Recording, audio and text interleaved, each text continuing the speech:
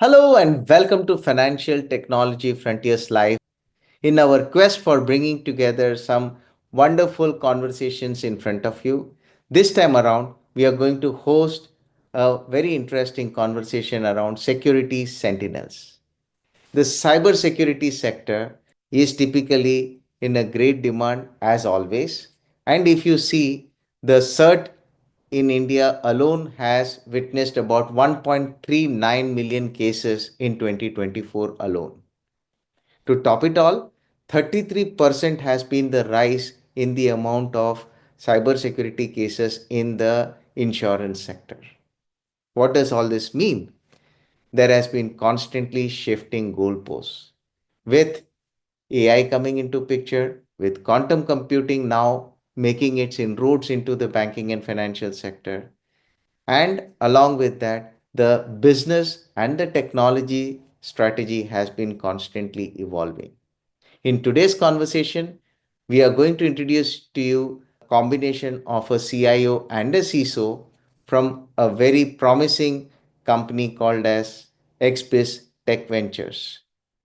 Mr. Dipak Nair, who is the founder and managing director of x-Biz Techventures, has also been the former CIO of Tata AIG, and he has been a decorated CIO who has really been evolving some wonderful strategies around business and technology and cybersecurity. Along with Deepak, we have got Mr. Sunil Yadav, who is again a specialist in fraud investigation, cybersecurity, and he is the co-founder and director of Secure Nexus, which is again a part of x-Biz Tech Ventures. Sunil has been doing a lot of interesting investigations into the area of threats and cyber attacks in the financial services domain and otherwise. And let us learn a lot more from him about some of the recent threats. Let me welcome Mr. Deepak into this conversation. Deepak Nair, welcome to this conversation. Hi, Thank you. Babu. It's always a pleasure interacting with you.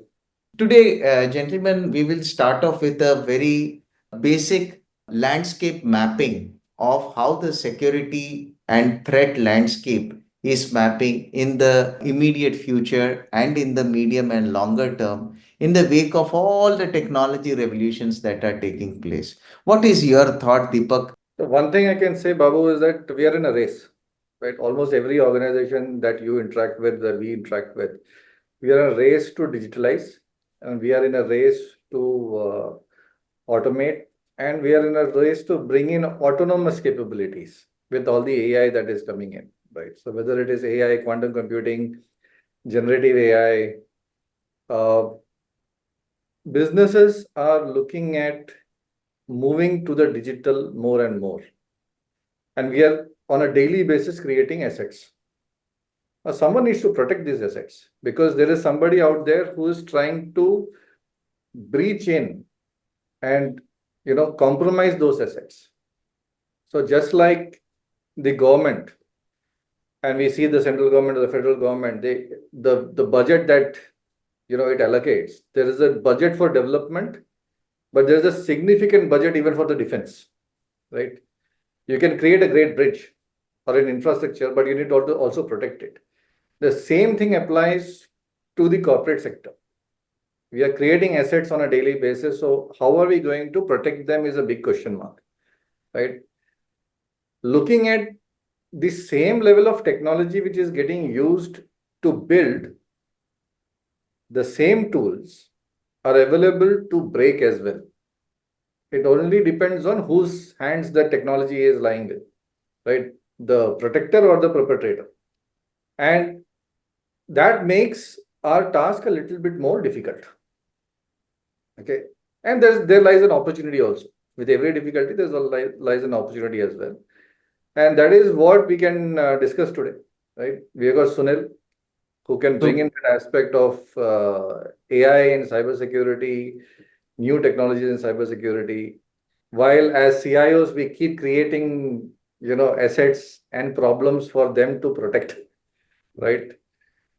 I think that's what I want to bring into play. Let's hand over the relay race to Sunil to take up from the CISO's perspective.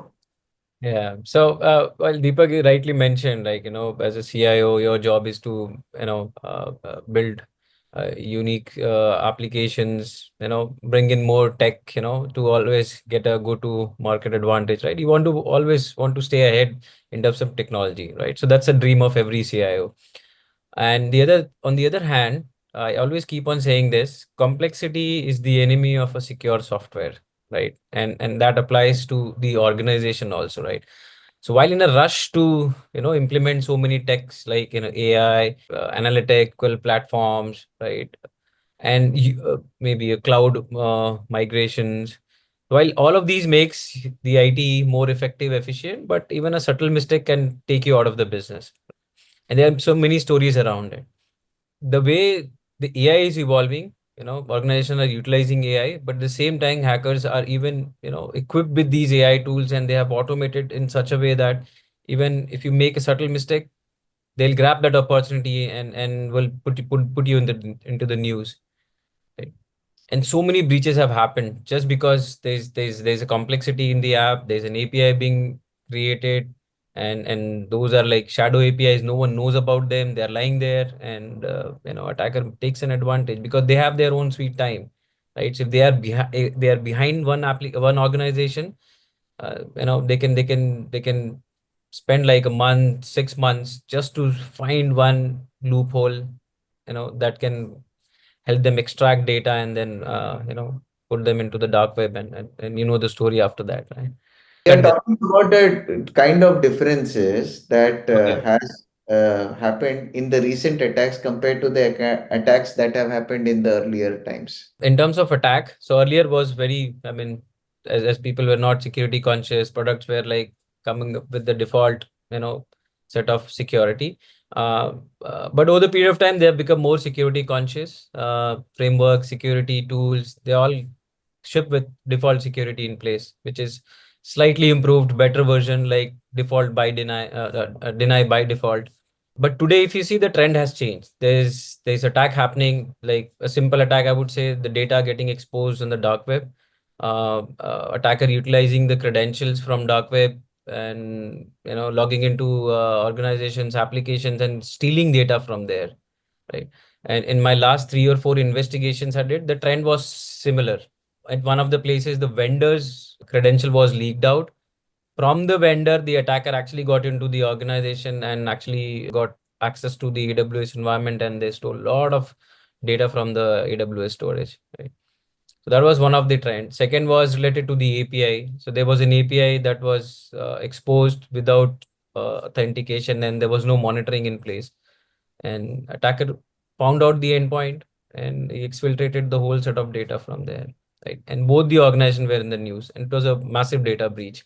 But with agentic AI happening and automation of attacks happening today in the surface, on the other hand, organizations are also looking at agentic AI or automation of security. So, how is this trend catching up? Because that automation automatically does not need a separate hacker to keep putting in, injecting in the trojans or whatever into the ecosystem on a regular basis. So how does things work? How do organizations defend themselves then? Still, there is a big gap. Okay, there are certain myths which are running within some of the professionals. Like, for example, I've heard people saying that I am with a large cloud provider, so by default, security comes with it, right? It's a myth because the cloud provider does provide perimeter security, but the application security, the cloud configuration, the what has gone into the software from a supply chain attack perspective, all of that is a responsibility of the technology function to do. A lot of organizations were flying under the radar in the past. And when I say flying under the radar, what do I mean? See, as a hacker, you also have limited capacity, had limited capacity and time and energy, right? So we prioritize. What will give me a better result is where I will put my energy into. But with AI and quantum computing, with automation of breaches, they can run 24/7. Even the attacker can put up agents to go through and figure out who is vulnerable and then get those low-hanging fruits. Earlier, these were not looked at because maybe his perception of that company was not great, right? Or was not a preferred target. But when you get a easy low-hanging fruit, then he has a motive to earn a quick buck. So even the organizations which were flying under the radar are now coming up and getting attacked. That means cybersecurity is required by almost everyone. All the levels.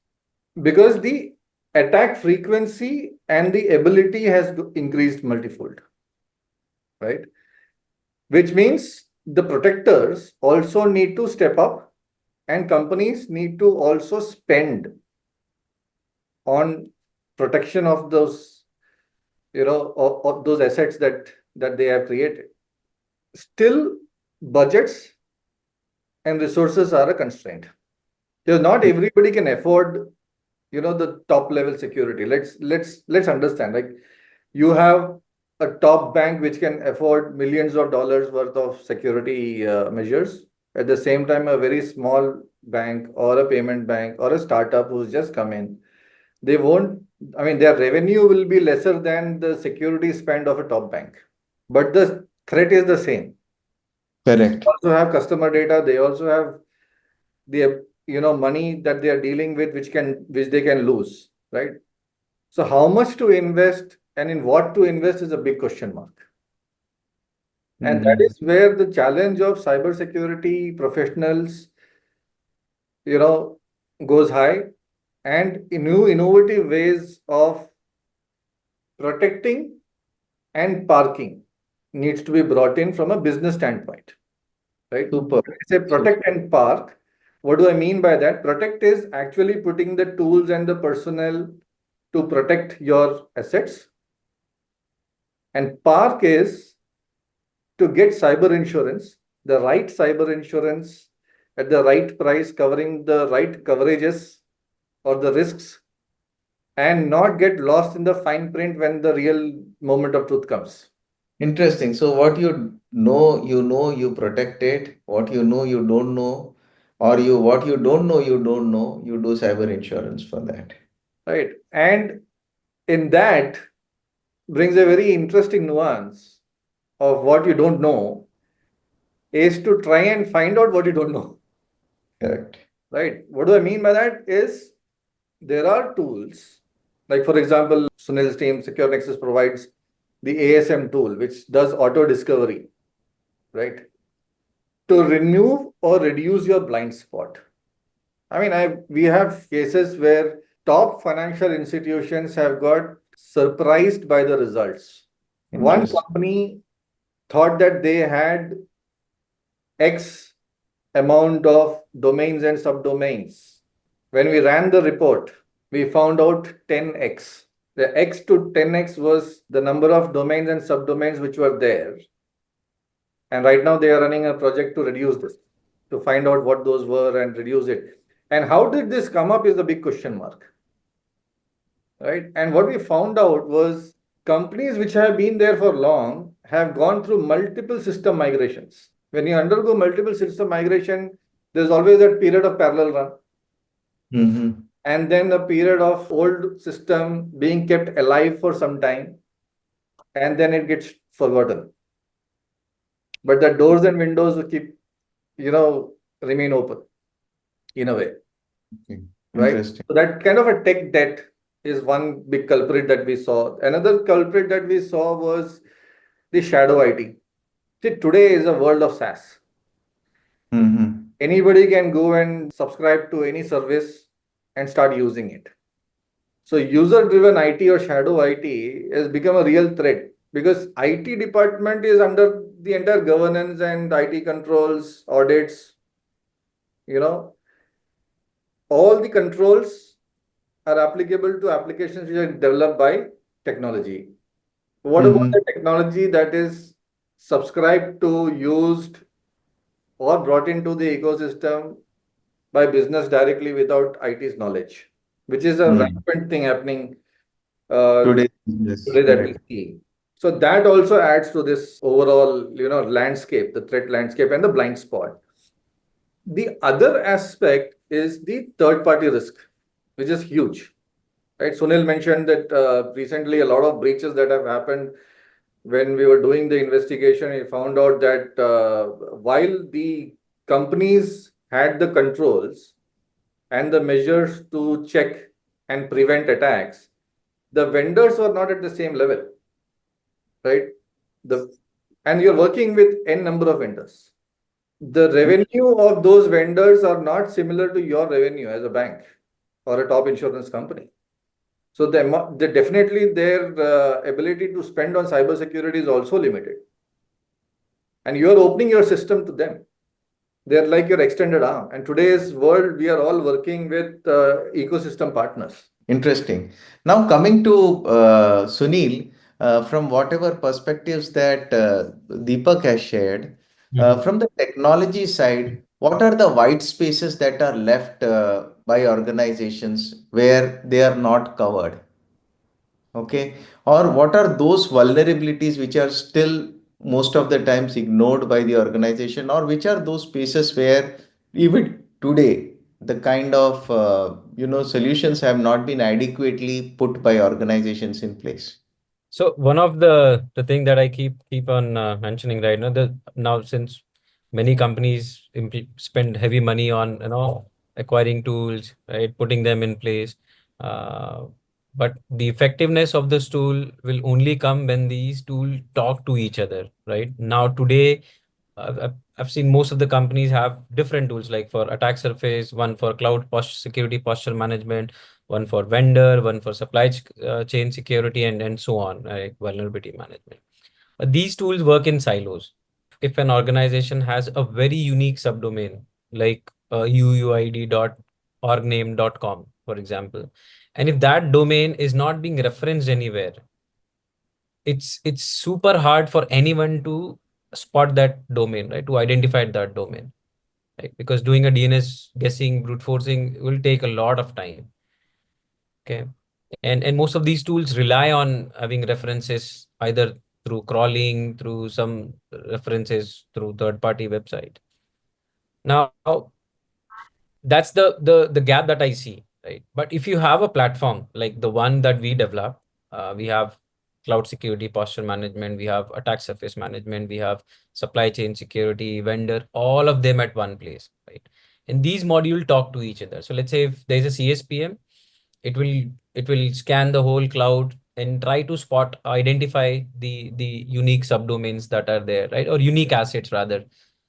So it's one single platform that gives 360-degree view. And this is quite a problem because most of the organizations have multiple people from whom they are buying in products and services. Some may buy a Palo Alto, some may buy a Checkpoint, some may buy or they may have a combination of all this. Making all of them integrated together, work and give a single dashboarding is Yeah. something which is a problem for most of the CXOs. Importantly, the intelligence. So the it's just bringing all data at one place is no art. The art is like how these tools talk to each other, share data, and then take action based on it, right? So let's say if there's a new domain being added to, let's say, one of the cloud services, and you're using our service, it'll detect and it'll start you know all its action on attack surface, right? Interesting. So it is like basically having an intel inside and an idiot outside will not work. You need intel inside and an intelligent outside also. Right. Excellent. From the business strategy perspective, the kind of emerging tools that are coming in from a longer term perspective, how should organizations be working towards this, future proofing the security strategy in the organization? So the first thing is to say, where do you stand? So getting a security assessment done from an architectural perspective, the security architecture assessment done is very important. Then, like I said, it is very important to understand your affordability and basis your affordability, do the protect versus park strategy, right? And within the protect, it is important that we not only look at the traditional way of, let's say, putting up the perimeter, and then doing a VAPT practice, but also look at key areas that we need to invest upon.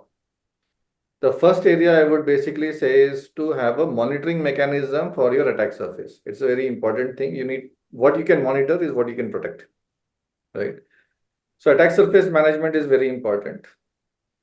The second area I would go into, other than the perimeter, I'm leaving the perimeter away because almost everybody knows this particular thing: antivirus, firewall, network security, and all those things. Correct. From a CIO CTO perspective, looking at the area, one is, like I said, ASM. Then we come into the application side of things. A VAPT is not enough. We have to go into the code base. So secure code reviews, software completion analysis to prevent risks such as version obsolescence, supply chain attack, and even license compliance issues, right? Avoidance of license compliance issues. All of that is very important to do from a protection of your applications security from a code perspective. The third area I will look at always is the ecosystem partners with whom I have done a handshake. Whichever kind of, either it is a data sharing handshake, or it is the API handshake, or it is any kind of a data exchange, via system kind of a thing, to figure out my third party risks. So that is very important that I would do.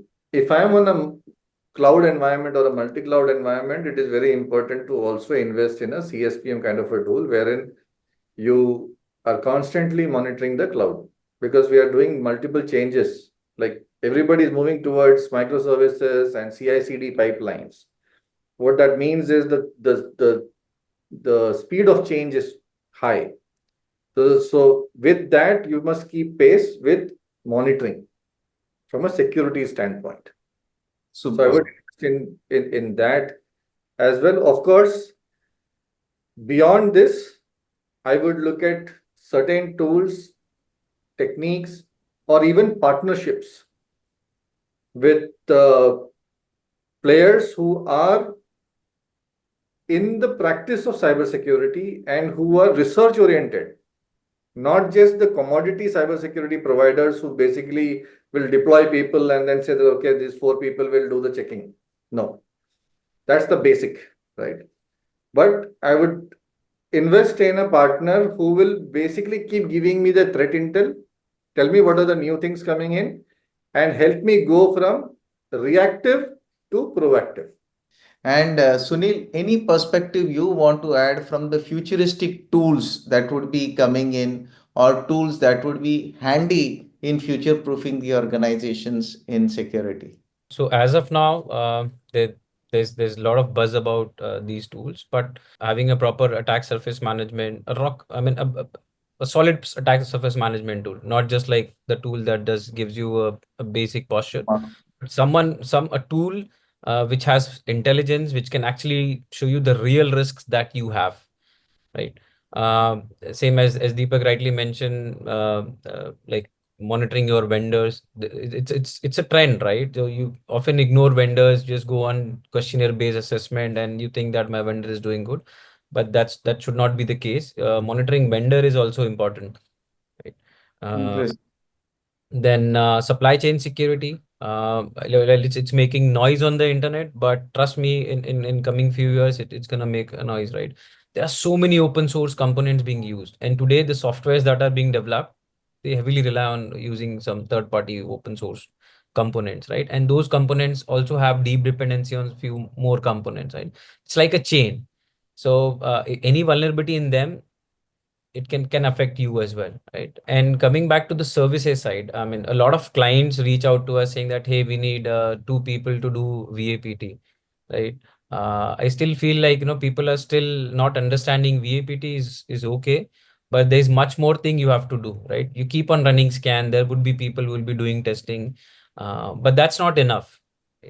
What I recommend, going through a full cycle of test, right? So when you are doing an assessment, it has to be a code assisted pen test, right? So not everything you can identify by looking at the endpoint, right? Something probably it all depends on the skill of the pen tester, right? The guy who does security testing. Superb. Question, since we are already having constantly shifting goalposts in security with all these new technologies coming in place, and to add to it, the regulators also have to act because the police have to finally, or the lawmakers have to create the law to make sure that these frauds are not repeated.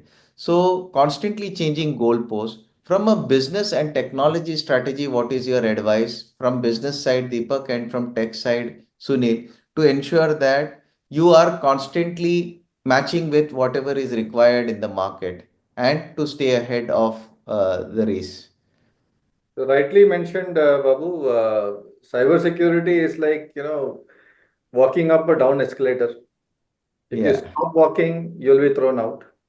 correct. Means you have to keep abreast of new technologies, new risks that these technologies bring in, and new techniques to protect against those risks. So one is identifying those risks and then protect against those risks. So for example, AI coming in, AI also introduces new risks. And AI can be used to mitigate the risk as well, right?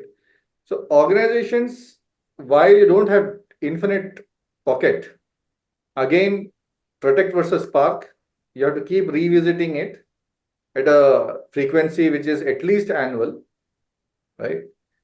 And the security budget should always go a step up year on year, along Mhm. with the growth of the organization. Interesting.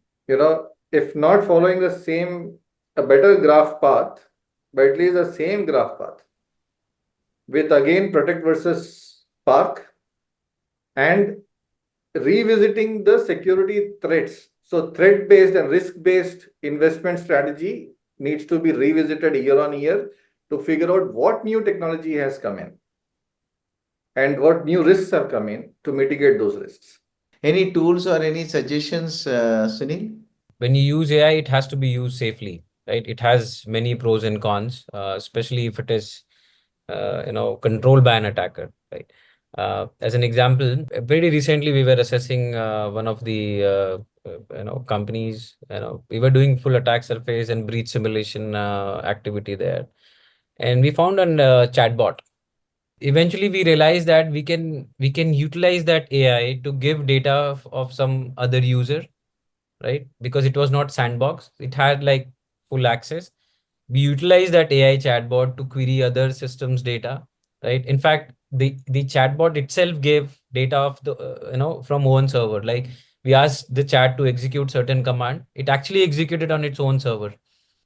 Oh, From the technology perspective, it may look wow, right? There's an AI chatbot, it uses NLP, you put any language, you write in whichever language, if you make typo mistake, it corrects everything like the other GPTs which are very popular. But at the same time, security was not being considered and it actually led to disaster, right? So we were able to compromise through that chatbot. We were able to get access to AWS account. so that was a great encapsulated conversation, and I'm sure that there is a lot more to discuss when you go drill deeper into it. But this can be a very good first-hand conversation. And ultimate objective is to create a dashboard which can give you a 360-degree view of your entire organization, integrate all the tools because you buy multiple tools together. So you have to integrate that tool, have that intelligence to identify each of these vulnerabilities that are there, and then you should be intelligent enough to decipher that intelligence and make a proper use of it, and at the same time automate enough so that you don't need to be there at every place at every time to handle every automated attack, but it has to happen on its own. Thank you very much, Deepak, and thank you, Sunil. Thank you. Thank you, Bob.